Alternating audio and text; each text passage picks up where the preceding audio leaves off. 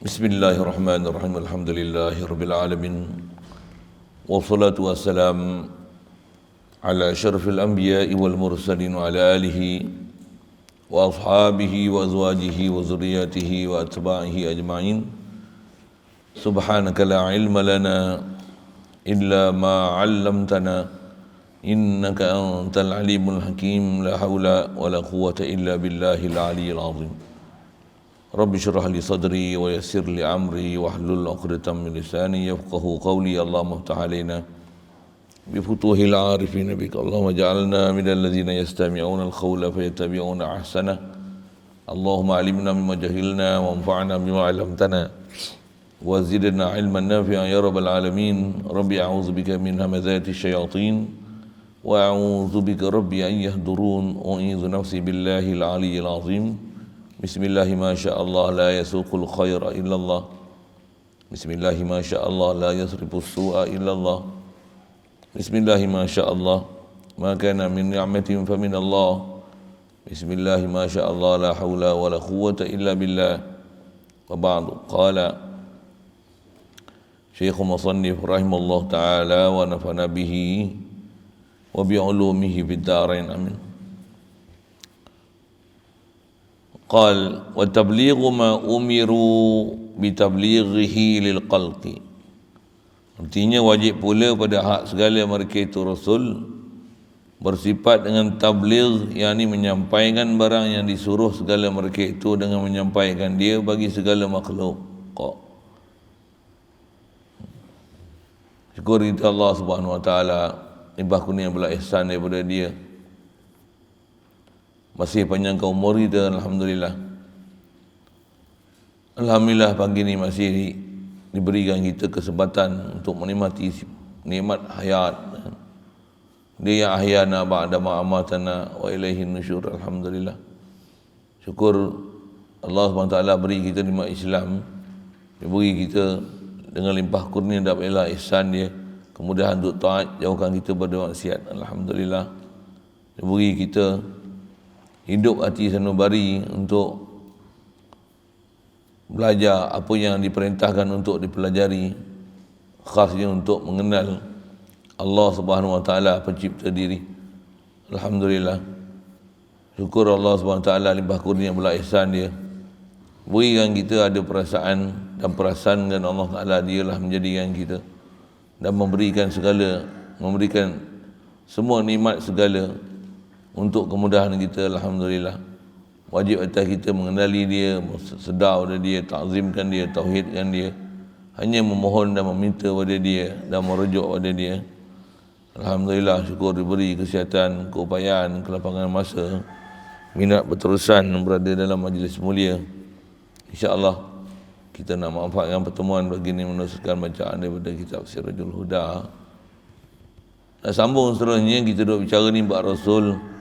Kita dah yang terdekat bicara mengenai sifat kedua bagi sifat wajib bagi Rasul, itulah amanah, dengan makna ismah, maksum, di mana mereka sama sekali tidak akan ada apa-apa perbuatan yang nama salah, dosa, silap, bahkan sentiasa berakhlak dengan akhlak mulia, sentiasa dalam keadaan taat yang tidak ada tersisa daripada mereka perkara-perkara yang tak bermanfaat. Allah Ta'ala Maha Suci dia daripada tersilap menghantar Nabi Rasul ataupun memilih Nabi Rasul. Bahkan semestinya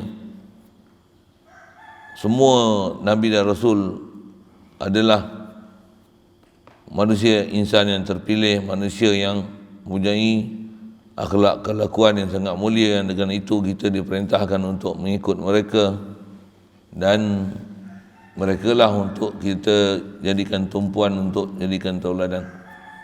Jadi seterusnya sifat Nabi Rasul ni tabligh ma umiru bi tablighi. Wajib pula, maksudnya wajib juga sifat Rasul ni pada hak, pada zat, pada diri mereka itu Rasul bersifat dengan tabligh. Terjemah tabligh menyampaikan. Dan kaedah bahasa Arab pun kalau kita lihat tabligh tu dia bukan saja menyampaikan, tapi menyampaikan dengan keupayaan menyampai yang memang boleh mencapai matlamat apa yang nak disampai. Itu kot bahasanya. Itu baru panggil balaghah. Balaghah tabligh. Jadi dia boleh tabligh dengan balaghah. Apa maksudnya? Dia boleh menyampaikan dengan segala sifat kesempurnaan, kelayakan dan kemahiran untuk dia nak menyampaikan apa sepatutnya disampaikan, yang tidak akan ada penyampaian dia yang gagal. Tak ada. Cuma manusia yang menerima dakwah Nabi Rasul ni, ada yang terima tak terima. Yang gagal bukan Nabi Rasul, tapi gagal adalah orang tak mau terima. Nisbah Nabi Rasul, mereka ni memang menyampaikan, telah membuat tugas yang diperintahkan oleh Allah Subhanahu Wa Taala, bahkan telah menyampaikan dengan apa nak sebut bahasa, menyampaikan dengan penuh kesempurnaan, tak ada sebarang kecacatan, dengan penjelasan yang sangat jelas, dengan terang dan nyata, yang musuh tak boleh nak balas. Apa yang dia sebut sepatutnya mesti diterima. Kalau ada pun yang tak terima disebabkan ada hasad, dengki, ada takut kehilangan pangkat, kebesaran, apa seumpama tu, atas jalan sabab kita sebut macam tu lah. Baik, jadi Nabi Rasul ni memang mesti mereka itu bersifat tabligh. Terjemah mudah je, menyampaikan. Satu ngaji lama sikit saya dah sebutkan tu, apa maksud menyampai tu. Maksudnya menyampai dengan mempunyai dan menguasai kaedah-kaedah penyampaian, sehingga tak akan ada mungkin sebarang kesilapan dia menyampai apa yang dia nak sampai. Yang tu kot bahasanya. Itu baru dipanggil tabligh. Dan tabligh dengan balaghah. So kita kadang menyampai, tapi apa yang kita sampai orang tak faham. Oleh macam-macam orang, betul kan? Ada orang dia bercakap, tapi dia bercakap tu kumpulan yang atau sasaran yang nak disampaikan kepada siapa yang dia sampai tu tak capai matlamat. Kalau sampai pun sampai, tapi orang tak terima. Dan orang tak terima tu bukan di atas dia tak nak terima, tapi penyampaian tu tak sempurna menyebabkan dia ditolak. Boleh faham saya cakap apa kan? Nabi Rasul macam mana? Tak ada penyampaian dia yang kalau nisbah sempurnanya apa yang disampaikan, yang sepatutnya penyampaian tu ditolak. Kerana penyampaian bercakap, kepetahan, berdalil, logika akal, berfikir, semuanya telah disempurnakan. Orang tak mau pakai, tak mau ikut, degil. Yang tu kena faham prinsip Nabi Rasul tabligh. Istilahnya kalau saya sebut tabligh ni, kalau nisbah mak bapak, anak dia hantar dah tempat mengaji, lepas tu dia bagi belanja lagi, pakaian, minuman, apa saja kelapan, semuanya disediakan, tanpa ada cuai sikit pun, tapi anak tak nak mengaji. Contoh tu. Tabligh Rasul tu macam tu. Apa yang nak disampaikan tu dengan segala kemahiran balaghah, itnab, ijaz, apa semua. Itnab tak adalah, ijaz dengan apa, pasal, wasal, intonasi bahasa, ada yang diulang, apa yang nak sebut, segala kemahiran ulang menyampai ni, super skill dalam menyampai. Dan kita pun kalau tengok anugerah kebangsaan, dia ada apa? Tokoh guru inovasi, apa? Inovatif. Yang tu yang kreatif, yang reka macam ni. Ni bukan reka, dia punya penyampaian ni kalau kita tengok. Kalau kita lah ditunjuk satu filem, rakaman video ke, tengok cara guru tu mengajar. Kalau kita lah sebagai pelajar tu, kita kata macam mana? Puas hati dia mengajar. Tuah kalau aku jadi anak murid dia, siapa? Sedap lah dia ajar. Ajar biasa, pelajaran subjek biasa, tapi cara dia menyampai tu, tak ada siapa yang boleh menafikan tentang cara dia sampai dan keberkesanan dengan pastinya siapa yang duduk dalam kelas dia akan menerima apa saja yang dia cakap. Boleh faham saya cakap apa kan? Itulah Nabi Rasul yang tabligh. Jadi kalau duk faham tabligh tu bodoh-bodoh macam mana kita faham macam tu, betul yang kepala otak sikit lah. Satu cerita Nabi Rasul, kalau kita faham bahasa Arab, faham kaedah-kaedah balaghah tu, tengok dialog yang cerita dalam Quran, macam mana Nabi-Nabi Rasul ni datang menghadap dengan kaum dia, apa dia cakap, apa kaum ni balas, apa dia cakap, apa kaum ni balas. Yang cerita dalam Quran tu, kita kata mereka ni memang super skill dalam bab menyampai. Cuma kita lah tak faham. Saya insya-Allah faham, cuma tak apa. Adalah tempat-tempat apa sikit.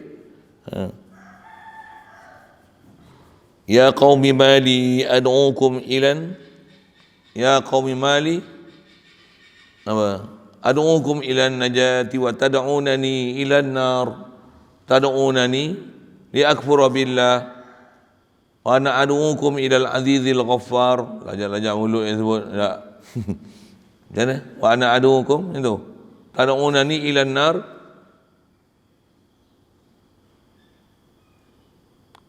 Mencari kat dia baru ni, ke petik-petik terus menyala lampu.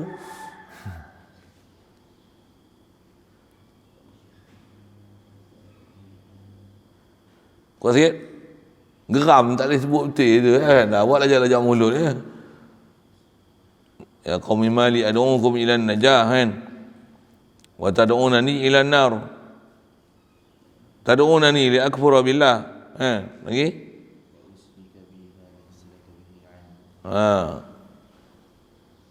Wa usyrika bihi ma laysa laka bihi ilm. Tu wa ana ad'ukum. Tak. Saja test power semua kan. Nak cerita apa? Tu saya kata kalau kita faham dialog tu, kita kata dia memang super skill menyampai.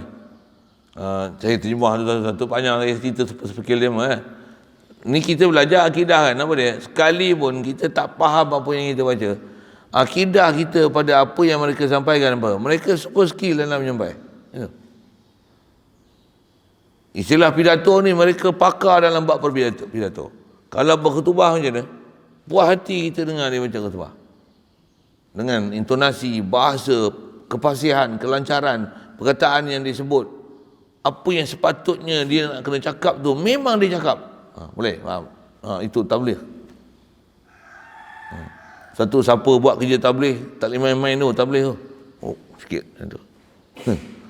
Tabligh tu sama ada grup tabligh sebut tu kan. Ada orang sensitif pula kan.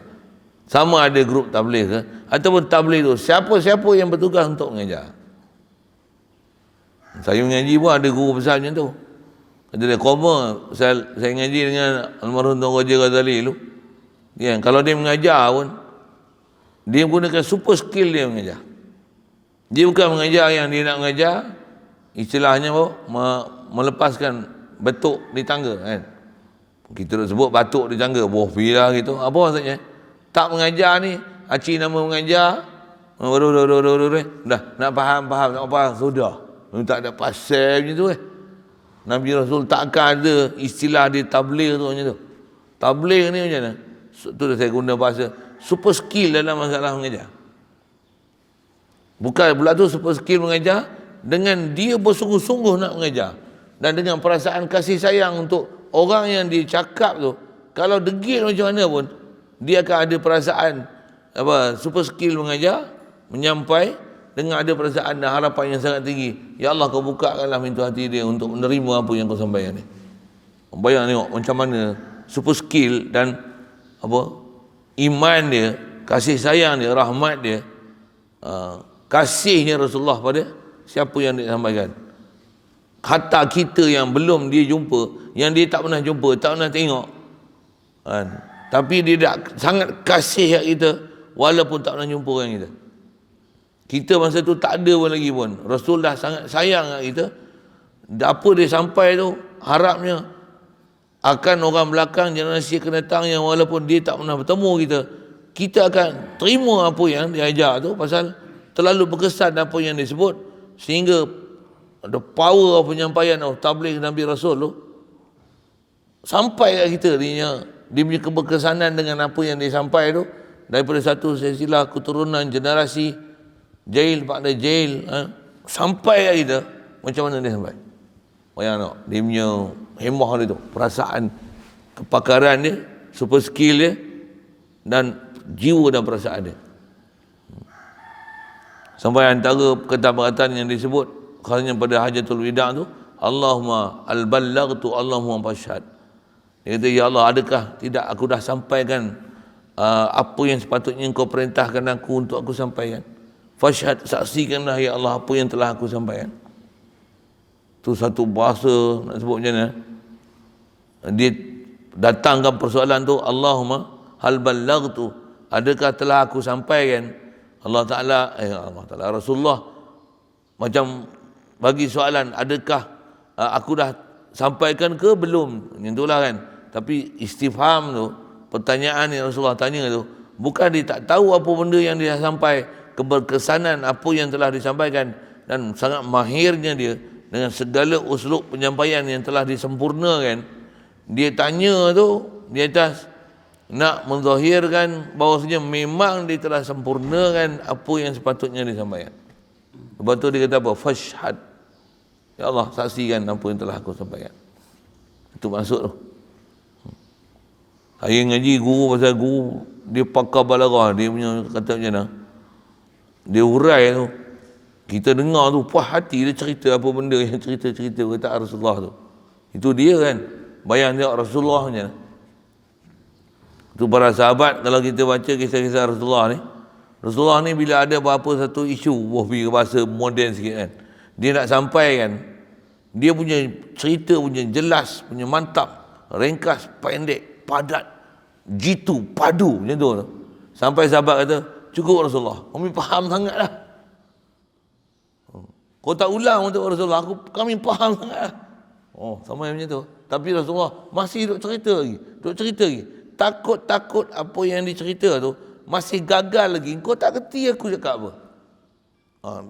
Dia punya kesungguhan untuk menyampai tu, tabligh dia tu, dengan super skill dia tu, hemah dia tu, sama macam tu. Boleh faham saya cakap apa? Kita dah kan cakap lebih kurang, cakap bagi arahan kadang tak jelas. Ni bagi arahan. Faham. Kerti nak buat apa? Buat. Okay, saya nak tengok buat apa. Contohlah kan. Saya memang ada guru saya macam tu. Sampai kita dengar faham ni, kalau satu kuliah tu dekat 100 kali disebut faham tak? Tak faham? Faham tak?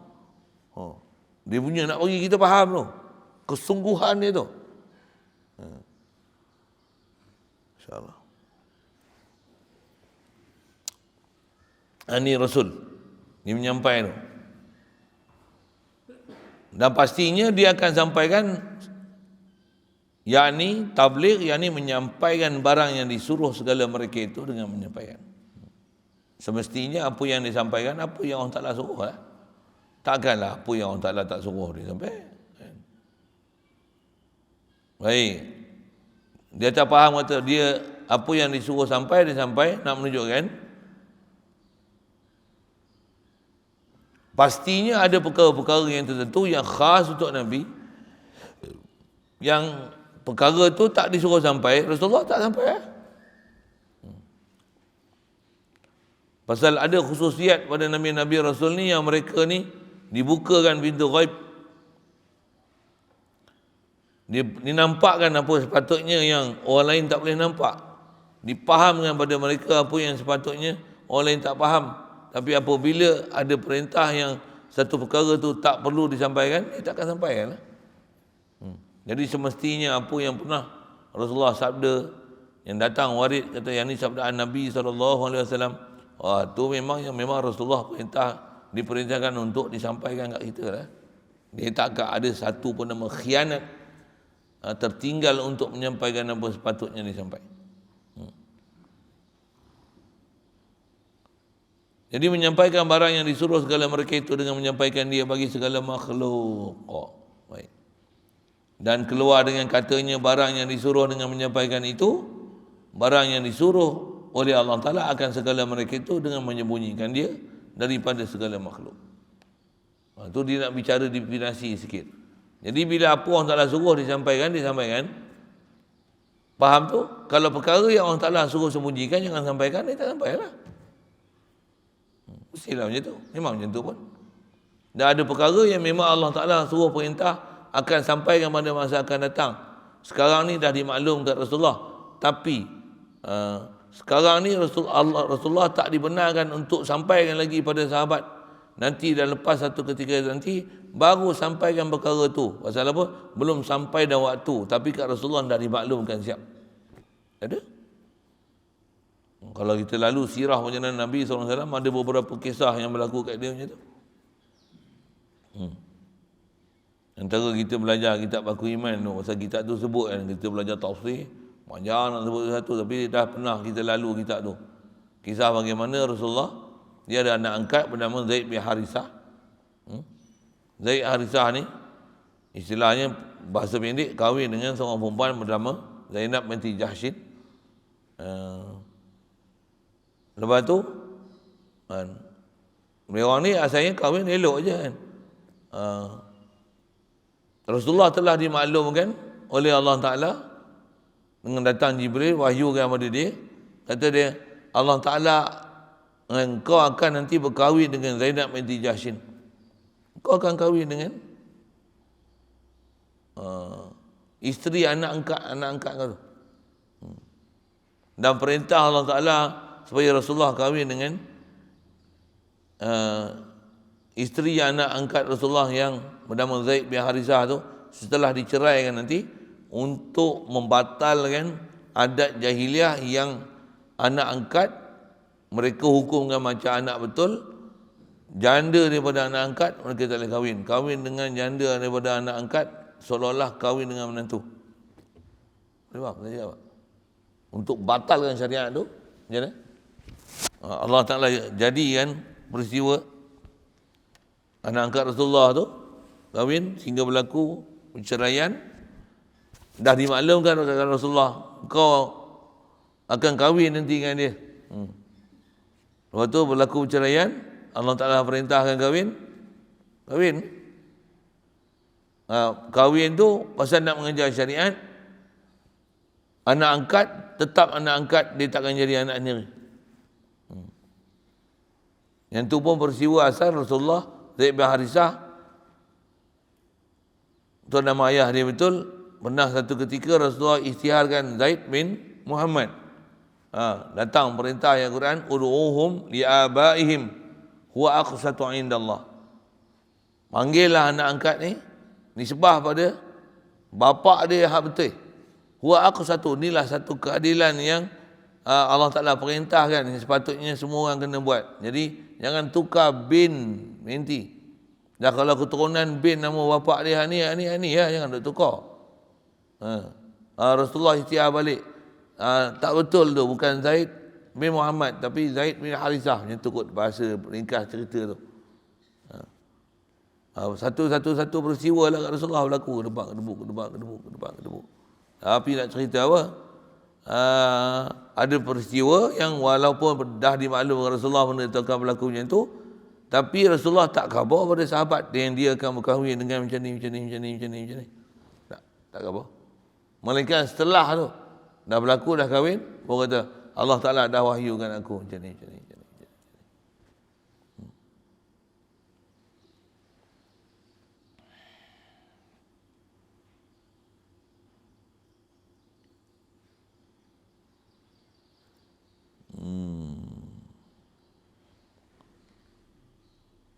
Itu yang asal dia sebut perkara yang terkeluar daripada apa yang Allah Ta'ala suruh untuk sampai, dia sampai. Jadi perkara yang Allah Ta'ala tak perintah untuk sampai, dia tak sampai lah.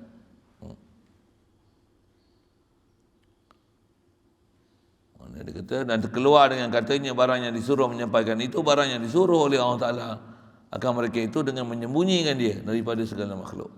Dan barang yang disuruh pilih segala mereka itu antara menyampaikan dia dan tinggalkan dia. Cuma kita baca kitab dengan qawaid akidah ni, dia tak detailkan lah apa dia. Tapi jangan tak tahu ada pengkelasan penyampaian dari sudut menyampai tu macam ni, ada macam ni.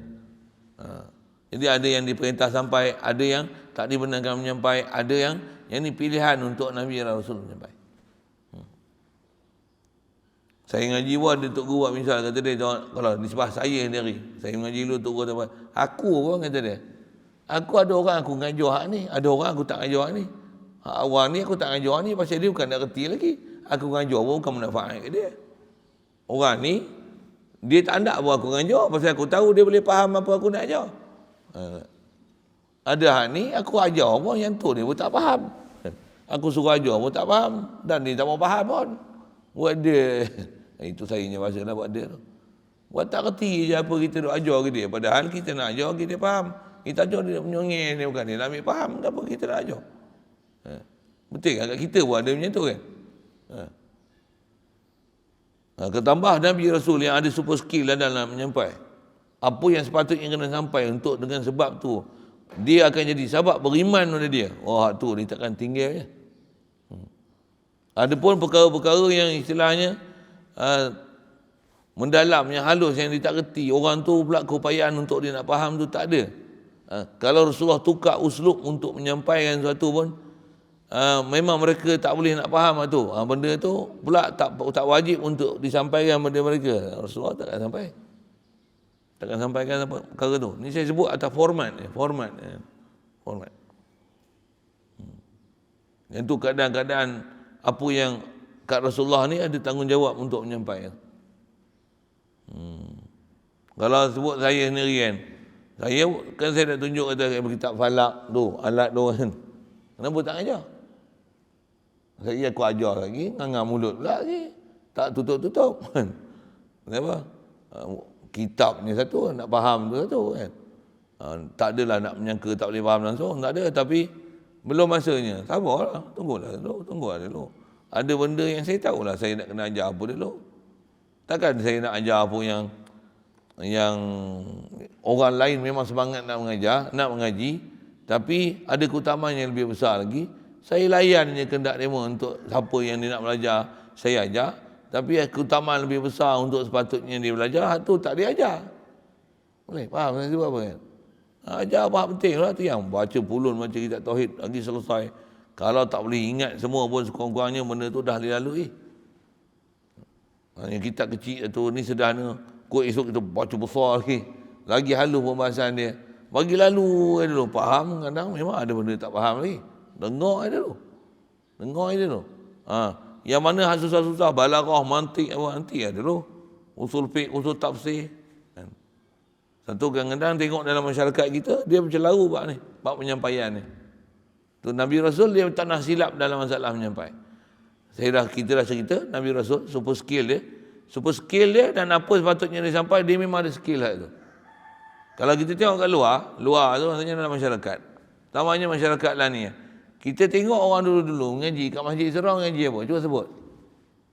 Tauhid, fiqh, tasawuf. Lagi? Tajwid. Itu ya. Sekarang, ya. Subjek tauhid pun susah nak cari. Fiqh apatah lagi. Tasawuf jauh sama sekali. Tambah kalau Wahabi. Ayat acak dah. Kurang ajak Wahabi. Itu satu Yang dua ajak apa? Usul tafsir. Ya Allah, usul tafsir aja. Dia nak tafsir Quran kan? Orang kampung nak tafsir Quran kan? Tafsir kepala tak baca tak reti. Tapi ajar usul tafsir kat orang kampung. Belajar apa?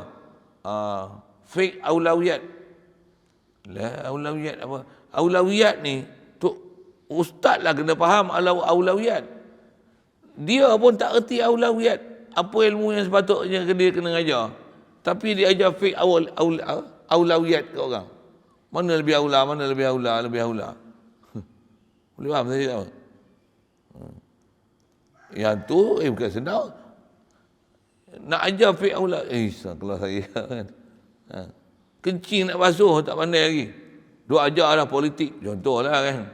Bukan maksudnya mengenepikan bab-bab macam tu. Tak, saya tak kata macam tu. Tapi aulawiyat tu. Mana keutamaan? Macam kita tauhid Tuhan tak kena bangkit subuh pun leboh lagi, biasa itu. Kalau langit tak runtuh tak bangkit tu. Asuh lagi ilmu untuk bagi faham, dengan tu dia akan semangat untuk dia bangun subuh. Tak ada asuh, tarbiyah, tazkiyah sampai dia jadi manusia yang reti ada akal. Dia akan bangun bila waktu sepatutnya dia bangun. Dia akan azan waktu bila dia azan. Dia akan jaga waktu sembahyang dia. Dia ambil berat dengan benda tu. Bagi utama hak tu dulu. Hak tu besar sekali. Ni ilmu hak lain tinggi, tapi bengap. Tak ada orang azan pun tak tahu. Yang azan orang tua-tua, orang muda mana? Orang muda. Itulah. Itu yang kata bagi keutamaan tu. Tak reti ni satu. Ni reti. Tapi mana orang muda? Macam orang tua je panggil. Yang azan nanti Masjid Daulah azan. Sepatutnya imam ni apa? Muda-muda lah yang suara badan tegak-tegak, yang otak cergas ni. Ni otak semua dah rosak. Ketum, ganja, rokok. Bopi tu. Dapat motor. Punya tu benggap mah. Tolak orang ni pula. Yang tambah tu imam pula demam sakit pula COVID ke apa. Mampu kosong masjid. Untuk imam pula umur 70 tahun ke atas pula. Siapa lagi nak bagi masjid? Ilmu tu tak ada ajar. Sikit. Yang duk ajar apa? Dengar saya sebut. Matematik, sejarah, geografi, kemahiran hidup. Yang sepatutnya nak hidup, mati, nak pakai esok tu, satu pun tak diajar. Tak ambil berat sikit pun. Tu mengadang tu. Mengadang tu. Itu masalah silibus kita. Budak-budak sekolah 5 tahun, 6 tahun sekolah kebangsaan, sekolah rendah. Lepas tu 5 tahun sekolah menengah. Apa Quran tak ada baca? Buta huruf. Memang bukan wawasan apa KSSM, KRSM kurikulum baru. Kurikulum sepadu KSSR, KSSR dengan KSSM tu kurikulum sepadu sekolah rendah, sekolah menengah bukan menyelamatkan untuk boleh baca Quran, bukan menghasilkan insan bertakwa.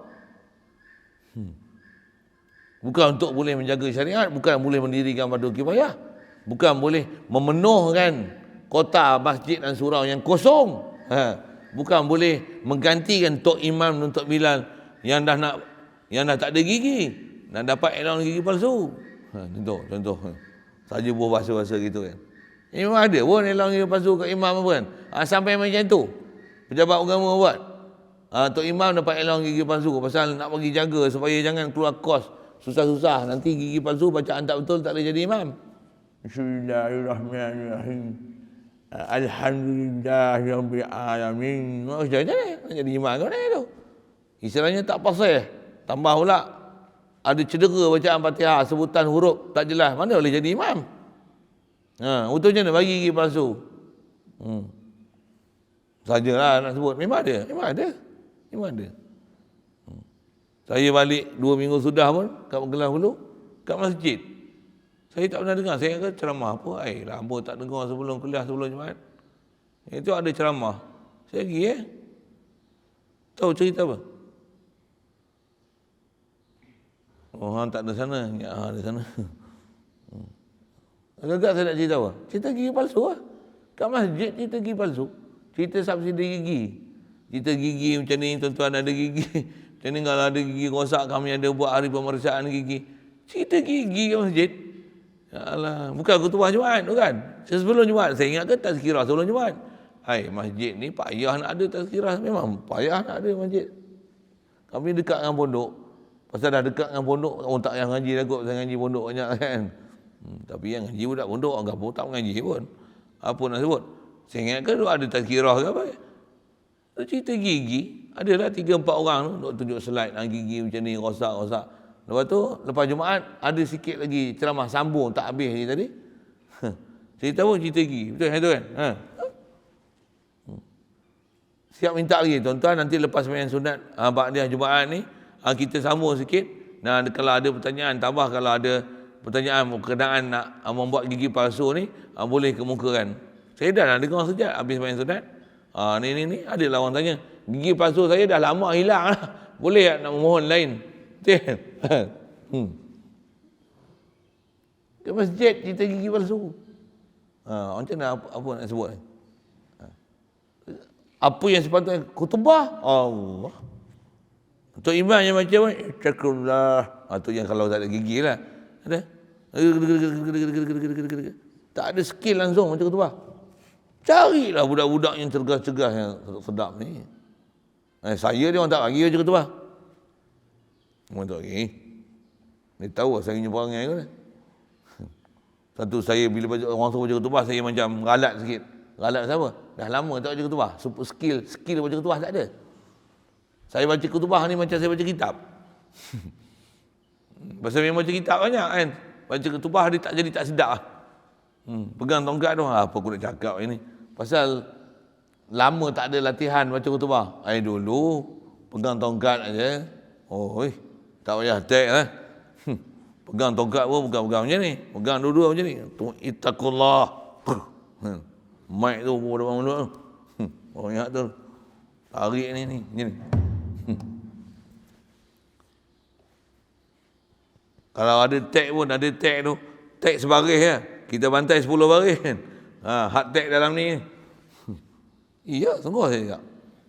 Saya memang baca khutbah tu. Kadang kita tengok baca tag pula, aku tak puas hati pula. Apa benda lah ditulis ni. Tag yang ada tu saya kaburkan. Saya tak potong-potong pun kan. Saya blank yang ni aku tak baca, yang ni aku tak sebut. Aku sebut yang aku punya. Yang ada dalam kepala otak aku. Saya punya baca khutbah tu. Tapi masa saya baca dulu tak adalah sampai lah ni. Sampai ada SB main pantau khutbah ni. Ada kena buat report pula pasal tak baca mengikut macam mana pejabat agama. Sampai macam tu. Ini apa ni buat? Gila apa? Pelik. Dia kata dia mengawal agama. Bukan dia sepatutnya nak kembangkan agama. Dia nak kawal supaya agama ni mengikut kawalan-kawalan yang tertentu. Hak ni boleh ajar, hak ni tak boleh ajar. Silibus yang ni boleh masuk, yang ni tak boleh masuk dalam silibus. Sampai suruh daftar bawah majlis agama. Pasal apa? Pasal nak kawal kitab-kitab apa yang nak diajar. Kalau kami ajar ni, dia kata sepatutnya guru takmir kena ajar kitab-kitab ni. Tak boleh baca kitab-kitab ni. Pelik. Tambah pula kitab yang disarankan tu kitab Wahabi lah. Sepatutnya bab tauhid baca kitab-kitab macam ni. Kitab Wahabi lah tu yang disarankan untuk kita baca. Gila pejabat agama. Pejabat agama ni tak tahu lah. Kau terasa panas tu, panas burung padan dengan muka kau. Memang ada negeri macam tu. Memang ada negeri yang pelak pun dalam bab urusan agama macam ni. Kata kepikiran terbuka tapi mana baca bismillah? Apa baca bismillah? Kami bagi peraturan jangan baca bismillah. Pecat. Siapa pecat? Bila dah pecat, timbul isu viral. Tak ada, kami tak pecat. Tak boleh lah, saya macam tu saya merapit sikit. Macam mana boleh cerita tu? Menyampai. Khutbah, guru, masjid, mana? Tafsir, hadis, baca Bukhari. Lagi apa? Kadang-kadang tajuk tu tak menyebabkan dia cerdik untuk dia nak boleh ada panduan hidup. Fiqahnya, tauhidnya, tasawufnya, tak ada. Dia tak ada. Dengar, hanya halua telinga. Masuk dengar.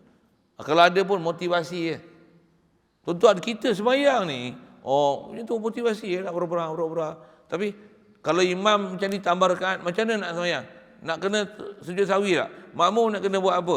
Kalau tanya fake macam tu, mampu. Jangan kata makmum, imam tu pun tak kerti. Maksud imam menghafal, banyaknya imam hafal Quran. Fiqah tak lalu.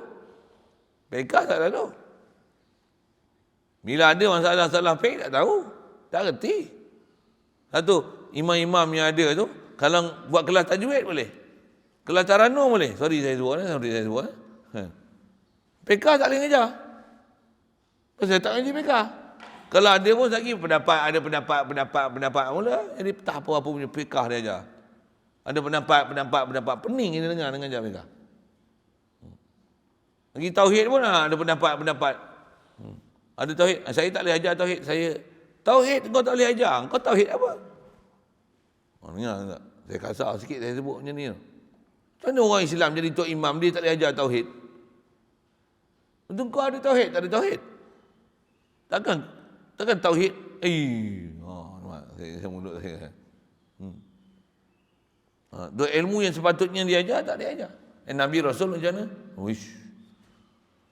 Memang apa sepatutnya sampai memang dia sampai. Dan apa yang sepatutnya diberi pilih pun memang apa yang sepatutnya yang tu memang dalam pilihan dia untuk diajar. Satu, itu pilihan saya aja. Apalah. Kalau tengok budak-budak ni cerdik macam ni, saya tak ajar. Tak ada kita buat kelas malam. Pukul 2 pagi. Siapa nak bangun? Tak boleh 10-10. Pukul 4 saya ajar. Saya ketemu sini. Tengok siapa nak bangun pukul 4. Terpacak pukul 4 ada. Saya ajar. Pukul 4 petang. 4 pagi. Saya ajar. 4 petang apa? 4 pagi apa? Subuh pun tak nampak muka. Nak ngajar macam mana? Boleh saya buat syarat tu? Boleh insyaAllah. Nak ngaji mana? Nak steady semangat. Tahniah punya semangat steady ya.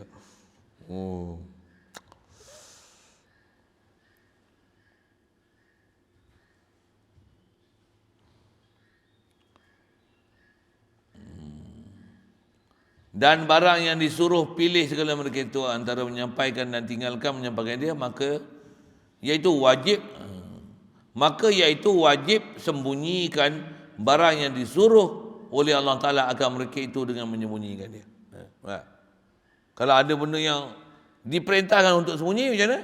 Pastinya mereka akan sembunyi, mereka tak akan dedahkan sikit pun. Jadi maksudnya ada ke benda-benda yang pengetahuan, informasi, maklumat yang khususiat untuk Rasul yang orang lain tak dibenarkan oleh Allah Ta'ala untuk ceritakan benda mereka? Itu yang antara saya ngaji, juga kita mengaji dalam hadis-hadis jumpa Rasulullah Isra' Mi'raj melihat Allah Ta'ala. Sahabat tanya, macam mana engkau melihat Allah Ta'ala? Rasulullah nampak, tengok tak? Nak cerita ke mana? Takkan Rasulullah rahsia kan? Ada benda kalau dicerita pun kau boleh dapat faham. Ada yang disebut dengan istilah-istilah balaghah. Nurun ra'aituhu. Saya tak apa ingat nak sebut ada semati riwayat siapa-siapa. Saya tak apa-apa yang itu, tapi ngaji lalu semua. Rasulullah sebut nurun ra'aituhu. Cahaya aku lihat. Yang aku lihat tu cahaya. Jangan buat faham bodoh. Orang salah cahaya. Rasulullah lihat cahaya. Sahabat tak. Bukan macam tu. Kita kalau bengap macam tu kita faham. Itu yang jadi Wahabi tu. Sahabat tak jadi itu. Sikit. Mana? Satu, apa yang diperintahkan untuk sembunyi, dia sembunyi. Ada ke pengetahuan-pengetahuan ghaib yang Allah Ta'ala beri pada Nabi Rasul? Awamlah tak ada. Allah memang tahu pada ghaib. Allah yang cipta makhluk, takkan dia tak tahu. Ada tak orang manusia ni yang diberikan pengetahuan ghaib? Ada? Ada orang tu diajar, dia kata la ya'lamul ghaiba illallah. Tak ada siapa tahu ghaib melainkan Allah. Baca lagi habis ayat Quran, hadis yang berkenaan dengan tu. Wala yuzhiru ala ghaibihi ahada illa man irtada min rasulin. Ada sebut dalam Quran pun ada. Dia duk faham ayat Quran satu tu La ya'lamul ghaiba illallah. Tak ada siapa tahu ghaib melainkan Allah Ta'ala. Yang ayat Quran lain tak tengok. Bodoh, dah lah tak hafal Quran. Baca bodoh kot. Ngaji pun tak pernah, babak tu. Satu, dia tak pernah faham ada orang-orang lain yang diberikan ilmu ghaib. Bahkan ada, bukan saja di kalangan Nabi Rasul, di kalangan orang awam je, tapi orang pengetahuan, orang yang diberikan ilmu, beri kepahaman. Ada benda-benda, nak sebut macam mana, dia ada pengetahuan yang Nabi Rasul pun tak sangka ada di kalangan umat dia, di kalangan umat dia yang ada keupayaan yang sampai macam tu, tinggi. Kalau nak kata tak tahu, mustahil lah pada Nabi Rasul ni. Dia tahu, tapi dia nak zahirkan bahawasanya ada di kalangan orang biasa je, tapi boleh dapat satu benda yang istimewa di sisi Allah Ta'ala. Macam kisah Nabi Sulaiman AS, waktu Puteri Balqis dah menyatakan penyerahan diri untuk dia datang ke tempat Nabi Sulaiman AS, ke istana dia, untuk menyerah diri, mengaku kalah, tak mau perang, dan nak mengaku beriman dengan Nabi Sulaiman AS, nak bersyahadah la ilaha illallah Muhammadur Rasulullah pasal dia semua matahari sebelum ni.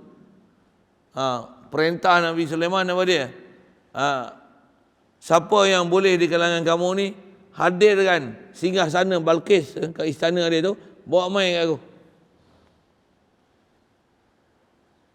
Qala ifritum ana atika bihi min qabli an taquma min maqamik. Qala ifritum minal jin. Qala ifritum minal jin ana atika bihi qabla an taquma min maqamik. Jin Ifrit ni jin paling gede, paling besar saiz, paling gagah perkasa di kalangan jin. Jin paling sado lah kan. Jin pun ada macam-macam, ada hak beleng, ada hak lekeng, ada hak cacat, ada. Hak sado lah, hak sado ni jin Ifrit. Kita pun biasa dengar Ifrit. Jin Ifrit qala ifritu minal jin. Kata apa? Maksud ana atika bihi min qabli an taquma min maqamik ni, petang lagi aku bawa. Dengan kehebatan yang ada pada saiz dia boleh terbang, dia boleh angkat, dia boleh ponggah, angkat mari. Petang dia aku bawa. Asal terjemah yang Quran tu, ana atika bi qabli an taquma min, tak ada min. Antakuma min ada atika bihi qabla an taquma min maqamik, sebelum kamu bangun daripada tempat duduk engkau. Apa maksud dia? Faham kita bodoh-bodoh macam ni? Engkau duduk, sebelum kau bangun aku sampaikan. Aku bawa benda tu. Faham sekali lalu macam tu? Tidak, bukan macam tu maksudnya. Disyarah oleh ulama tafsir, apa maksud qabla an taquma min maqamik? Maksudnya dia ke pemerintah, ada istilahnya ada office hour, macam itulah bahasa mudah. Jadi ada waktu dia duduk, ada waktu dia bangun. Apa maksudnya duduk? Office hour, habis office hour, itu maksudnya bangun. Maksudnya apa? Keluar pejabat petang nanti, petang lah. Pasal masuk pagi, tanggungjawab dia sebagai pemimpin urusan macam ni, pasal dia raja. Petang dia habis urusan dia dengan ayat, istilahnya office hour habis, sampai singgah sana Balqis. Qala rajulum min ahli kitab. Qala alladhina indahu ilmul kitab ana atika bihi qabla an yartadda ilaika tarfuk. Ada seorang manusia, bukan jin. Orang pun tak tahu, nama dia Asif bin Burkhaya, seorang waliullah. Berdoa. Nak doa dia. Apal minta sanad kat saya, kena RM5. Nak doa tu, doa wali. Makbul. Nak makbul tu, iman bagi betul dulu lah. Kadang doa je pun, orang yang berdoa tak betul, tak sampai. Apa saya nak sebut ni? Dia doa minta. Sebelum kau pejam, sebelum kau celik ada dah. Pum, sampai terus. Doa je sampai. Pum, sampai. Tengok dah ada depan mata ni, hadza min fadli rabbi liyabluwani ashkuru am akfur. Ni limpah kurnia Allah Taala. Tengok hebat, kalau ikut, tahniah. Hebat kau ya. Dia tak ada itu apa. Tengok je. Orang ahli tauhid, orang beriman, Nabi Rasul kata apa? Hadza min fadli rabbi. Ni limpah kurnia daripada Allah Taala beri kat aku. Kalau kita lah, dahsyat kau ya. Tak, kita kagum dengan orang tu tak? Tak. Nabi Rasul dia takkan kagum dengan makhluk. Dia hanya kagum dengan Allah Taala. Itu pelajaran tauhid besar tu, cerita-cerita macam tu. Saya nak cerita apa? Tu macam mana dia boleh doa? Nabi Sulaiman kan boleh angin kenderaan dia apa? Tu jumping bopi bahasa jumping. Gunakan angin dia ke? Tak. Bagi tawaran lagi. Siapa boleh bawa? Maksudnya ada di kalangan tu yang hebat-hebat tu.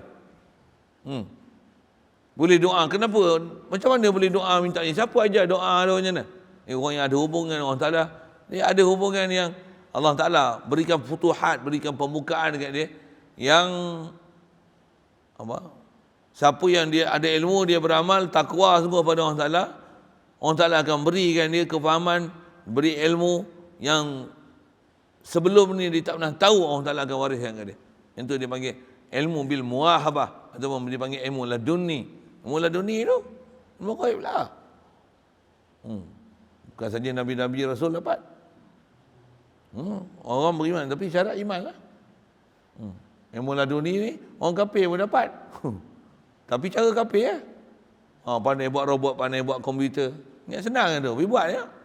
Kita handset ada di tangan pun tak boleh tidak pakai. Demo boleh ke? Banyak. Kita tengok TV, skrin tu, dia boleh touch screen dekat alam maya.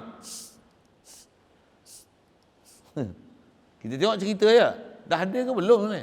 Ada dah, dia tak jual dia dekat kita lah tu. Teknologi yang tinggi-tinggi ni, dah 20 tahun, 30 tahun orang pakai, baru dia bagi kita.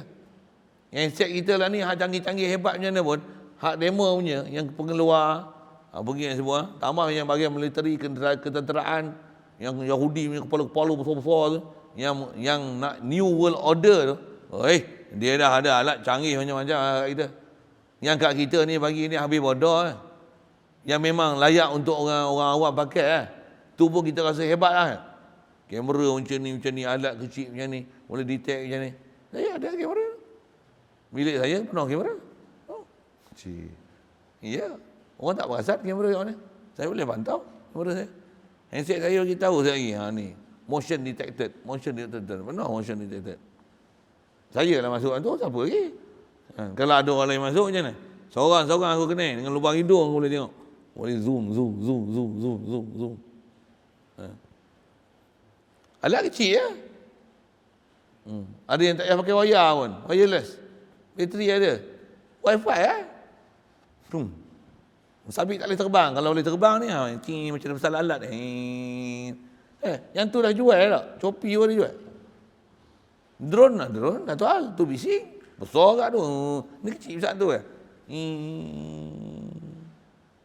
Siap kamera. Sabit bom pun tak ada tu. Yang ada bom tu dia tak jual kat kita. Dah ada belum? Awak tak ada lah. Saya nak cerita apa? Skrin apa tu lah kan. Yang kata apa? Ada dapat ilmu laduni tu. Laduni tu bukan Nabi Rasul ajak tu. Ada yang diilham dengan dia ada. Ghaib dah tu. Ghaib lah. Ilmu tu ghaib kan. Siapa dia dapat kecanggihan ilham macam ni? Kalau bab dunia, orang ahli dunia dapat ilham macam tu, orang dengan ahlullah ni takkan tak ada hubungan dengan Allah Ta'ala, ilmu-ilmu ghaib yang Allah Ta'ala bagi kat dia. Yang tu yang dia boleh baca, dia bagi tafsiran lah macam ni. Kau tunggu je lah. Saya tu tunggu saya ramai macam tu. Kau tunggu je lah. Dia tengok kat pondok macam ni. Ni balik pondok esok tak ada apa dia. Tambah duduk pondok penuh hutang. Kelik esok hutang nak. Betul je cakap. Duk guru dia cakap. Dia baca tu kena. Dia tengok fizikal lah. Dia boleh jampi lah. Dia boleh cerita ke depan tu. Apa dia. Mu duk panggil ini, mu susah lah sampai bila tu. Mu tobat lah mu jadi molek. Sudah susah tu. Tak selagi tak ubah panggil, duk susah tu. Betul kan dia cakap.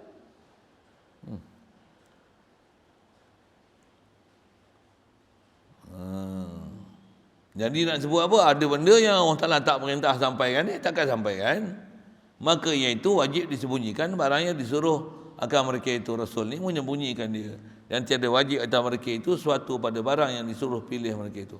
Kalau yang Allah Ta'ala suruh pilih, memang bukan wajib. Hak dia lah untuk dia nak sampai ataupun tidak.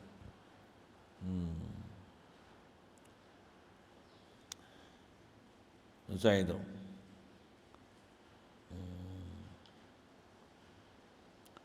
Jadi asal nak sebut ialah kena faham Nabi Rasul ni pasti apa yang Allah Ta'ala perintahkan untuk sampai, dia sampai. Cuma nanti ke depan tambah dalil apa, kalau dia tak cerita pun dia cerita pasal apa. Kalau Nabi dia tak akan ada pada dia syariat baru yang Allah Ta'ala suruh sampai. Syariat baru tak ada. Nisbah nak cerita kena beriman Allah Ta'ala, amar ma'ruf nahi munkar, tu memang kerja Nabi Rasul lah. Cuma Rasul dia ada syariat baru. Siapa dapat syariat baru itulah jadi Rasul.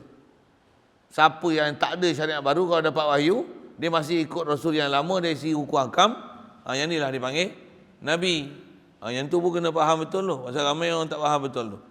Yang kalau kita tengok syariat Adam, Idris, Nuh, Hud, Saleh tu, kalau sama ada yang ikut aturan tak ikut aturan tu, kalau tengok, seingat saya mengaji tu dia sebut Adam, Idris, Nabi Idris tu. Nabi Idris ni yang kedua selepas daripada Nabi Adam. Dia cucu Nabi Adam tu. Cucu ke berapa tu, tapi cucu kan, bukan anak. Anak yang jadi Nabi daripada Nabi Adam, Nabi Syis. Nabi Syis tu anak Nabi Adam. Dan Siti Hawa dia bersalin 40 kali. 40 kali ya. Yalah kalau takat kali 4 anak, bila anak banyak? 40 kali.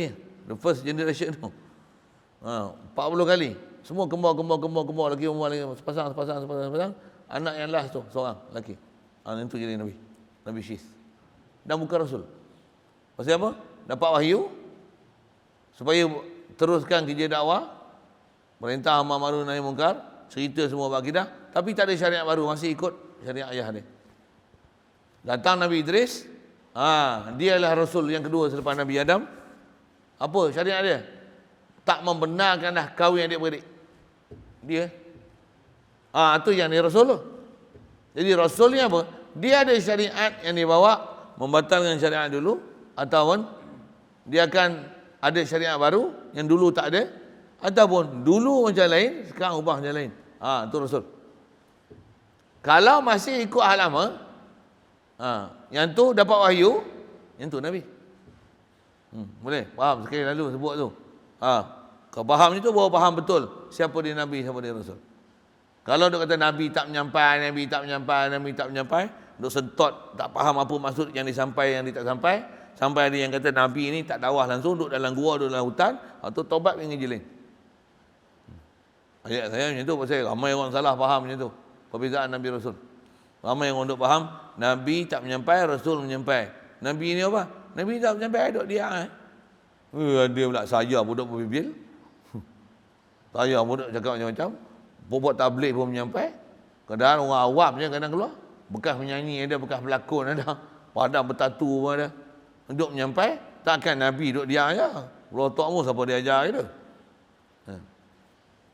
Jaga sikit. Jadi saya sebut tu takut ada salah faham tu kan. Pasal memang antara benda yang salah faham, seingat saya dalam sekolah kebangsaan, duk ngaji dulu pasal yang tu pun dalam peperiksaan disuruh jawab tu. Apa dia? Kalau keluar soalan, apakah perbezaan Nabi dan Rasul? Senang je jawab. Macam mana? Dulu belajar macam tu kan? SPM dulu belajar macam tu kan? Apa dia? Nabi ialah seorang lelaki yang diterima diberikan wahyu. Lepas tu? Dan menyampaikan apa yang Allah telah sampaikan. Lepas tu? Rasul, sorry. Nabi macam mana? Nabi seorang lelaki yang terima wahyu, tetapi mereka tak menyampaikan. Tidak ada apa perkara yang perlu disampaikan. Jadi perbezaan Nabi dan Rasul macam mana? Rasul menyampaikan, Nabi tak menyampaikan. Betul kan? Faham macam tu kan? Dia bisa dengar sekolah kebangsaan macam tu kan? Tak bisa dengar. Macam tu tak? Betul kan? Sekolah kebangsaan. Tak sekolah kebangsaan. Sekolah apa? Sekolah tapi siapa semua? Sekolah kebangsaan. Sekolah agama. Tapi belajar Nabi Rasul macam tu kan? Betul kan? Nabi tak menyampaikan. Rasul menyampaikan. Betul ke? Dia faham. Hari ni orang dengar macam tu kan? Kalau kat sekolah kalau jawab PSA pun jawab macam tu kan? Nabi tak menyampai, Rasul menyampai, betul tak? Apakah beza? Berikan perbezaan antara Nabi Rasul. Rasul menyampai, Nabi tak menyampai. Itulah ayat yang dia jawab. Sampai tua sampai mampu kalau tak mengaji betul-betul macam mana? Itulah pahaman dia. Sedangkan macam mana? Dakwah Nabi Rasul mesti buat. Ke depan kot cuba tu. Macam mana dah saya dah sebut dah. Apa sepatutnya kena sebut. Memang ramai orang silap tu. Tu yang saya kata, jangan kata ustaz budak-budak. Ustaz pun juga tanya. Tanya ustaz pun tanya. Tambah duduk cikgu sekolah, ada ustaz. Kut cikgu sekolah kafah. Bodoh sikit kot. Tapi tanya cikgu sekolah menengah tu. Tak pun tanya bersyarah mesti. Tanya tak? Apa perbezaan Nabi Rasul? Dia akan beri jawapan yang sama. Pasal mereka tulis yang tulis buku silibus kebangsaan tu. Dia apa? Nabi tak menyampai, Rasul menyampai.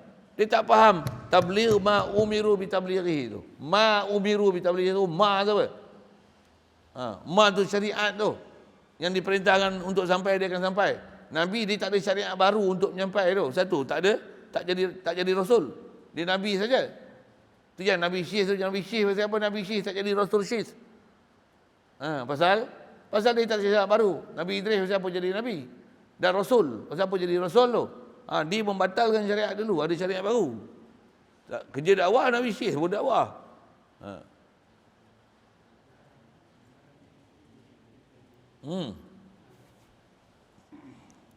Baik, situ dulu. InsyaAllah sambung. Wa yastahilu fi haqqihim alaihim wassalatu wassalamu adhdadu hadhihi sifat. Wallahu a'lam. Ada soal?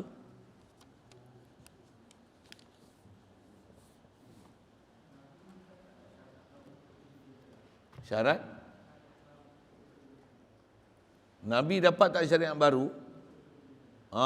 Mungkin ada syariat baru, tapi kita mana tahu? Saya duk ngaji dulu antara yang kalau kat Rasulullah SAW sendirilah. Atas hadis sebagian ulama kita yang memang kata gitu. Apa dia? Rasulullah sendiri waktu awal-awal dia terima wahyu, dah ada perintah solat lah kat dia, qiyamul lail kat dia, tapi untuk dia sahabat tak diperintahkan lagi qiyamul lail. Untuk dia je, qumil laila illa qalila ya ayyuhal muzammil qumil laila illa qalila. Untuk Rasulullah nisfahu aw inqus minhu qalila. Untuk Rasulullah je tu. Wa minal laili fatahajjad bihi nafilatan lak. Asalnya hak tu untuk Rasulullah. Tapi lepas tu baru syariat untuk umat. Jadi maksudnya sebelum untuk untuk umat ada yang khususiat untuk Rasulullah je. Bila diperintahkan untuk sampai kepada umat, lepas tu baru ada umat, ada hukum sembahyang tahajud. Asalnya qiyamul lail ni untuk Rasulullah je. Awal-awal Islam tu. Jadi atas kata masa tu atas istilahnya dia hanya atas kita sebut istilah Nabi Rasul kan. Dia Nabi belum Rasul lagi. Tu Rasulullah SAW ni dia jadi Rasul yang atas kita bicara takrif. Rasul istilah ni. Rasul istilah ialah Rasul orang yang menerima syariat yang diperintahkan untuk sampai ke syariat tu. Apa dia? Bila dia terima sembahyang fardu 5 waktu. Masa tu dia Rasul.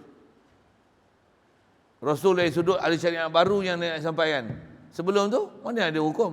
Kalau ada pun wa thumma auhayna ilaika an tabi' millata Ibrahim hanifah. Ikut macam mana Nabi Ibrahim dulu. Nabi sebelum lepas Nabi Ibrahim kan Nabi Ismail, keturunan daripada Nabi Ismail ialah lahir Nabi sallallahu alaihi wasallam. Ikut syariat Nabi Ibrahim dulu. Ada tawaf, ada keliling Kaabah, ada sa'i, ada. Yang tu ada potong kuku, khitan, ada. Yang tu apa? Bukan syariat baru. Masa tu Nabi belum Rasul lagi. Atau kita sebut Nabi Rasul ni atau Nabi dan Rasul istilah. Ada pun syahadah la ilaha illallah Muhammadur Rasulullah. Awal lagi dah Muhammadur Rasulullah. Tu Rasul Rasul lughawi, bukan Rasul istilahi. Tak faham tu sebut panjang lah kan. Jadi atas soalan asal apa ni? Ada tak syariat yang untuk Nabi itu sendiri yang tak diperintahkan? Ada. Itu kalau sebut kat Rasulullah, tu sebut antaranya. Jadi kita pun kalau tabut Nabi dulu, apa dia? Mana kita nak tahu. Syariat Nabi Rasul dulu, kita kan tahu apa. Yang tengok kat Rasulullah yang paling dekat, antaranya sebelum, jadi 13 tahun di Mekah lah, sebelum hijrah ke Madinah, sebelum solat fardu, mana ada syariat? Syariat apa? Syariat hukum hakam tu. Solat adalah rukun yang pertama. Jadi yang tu dia tu pun hari pertama tak kena sembahyang lagi, hari kedua tak kena sembahyang lagi dekat umat. Dia dah kena sembahyang dah, Jibril mai ajar waktu. Saya cerita dah itu kan. Lepas tu hari ketiga baru ajar kat sahabat macam mana nak sembahyang, baru sembahyang. Jadi apabila tak diperintahkan untuk sahabat sembahyang, tak sembahyang lagi sahabat. Walaupun perintah 5 waktu tu dah ada. Hari pertama turun Isra Mi'raj tu, baru Jibril datang untuk cerita kat Rasulullah. Sembahyang dengan Rasulullah aja. Awal waktu datang Jibril datang sembahyang. Jibril jadi imam. Sembahyang macam ni. Ni Zuhur, ni Asar, ni Maghrib, ni Isyak, ni Subuh. Hari kedua datang pula akhir waktu pula. Ya Muhammad jom sembahyang. Jibril imam, bukan Rasulullah imam. Sahabat tak sembahyang lagi. Selepas peristiwa Isra Mi'raj tu, walaupun dah perintah wahyu, perintah datang untuk sembahyang 5 waktu, sahabat tak sembahyang lagi hari pertama dan hari kedua. Hari ketiga baru sembahyang. Setelah Jibril datang sempurnakan ajar pada Rasulullah, baru Rasulullah sampaikan, ni mai sembahyang. Ni awal zuhur. Ni hujung zuhur. Itu yang kita belajar bab waktu sembahyang. Sembahyang ni belajar bab waktu dulu. Kali lalu itu. Di atas ada ke? Dia memang ada. Cuma kita kadang informasi itu tak ada kat kita. Mana nak ada? Sekolah kebangsaan aja. Lepas tu pergi kerja. Lepas tu menikah. Lepas tu duduk rumah je. PKP lah. PKP baru tengok live. Ngajar. Oh, tak pernah dengar. Mana nak dengar? Tak pernah ngaji. Kitab tak pernah jumpa. Tu pun sabit PKP boleh dengar live. Oh, betul duduk follow mengaji. Kalau tak ada PKP, apa tu? Apa orang tak pernah mengaji semalam ni? Sikitlah saya sebut-sebut macam tu kan. Dan memang ada orang macam tu kan. Semalam kami ada 3 orang, 4 orang datang main ziarah. Salah seorang tu cikgu pencen. Dia kata hikmah dia bila pencen-pencen kena PKP. Sebelum tu adalah keluar dakwah apa. Dengan PKP itu boleh mengaji kitab. Ada ustaz yang dekat rumah dia minta ngaji kitab Matla'ul Badrain. Ngaji. Tu pun asalnya ada lah budak dia juga. Habis PKP tak boleh baik, dia seorang je mengadap kitab ustaz tu.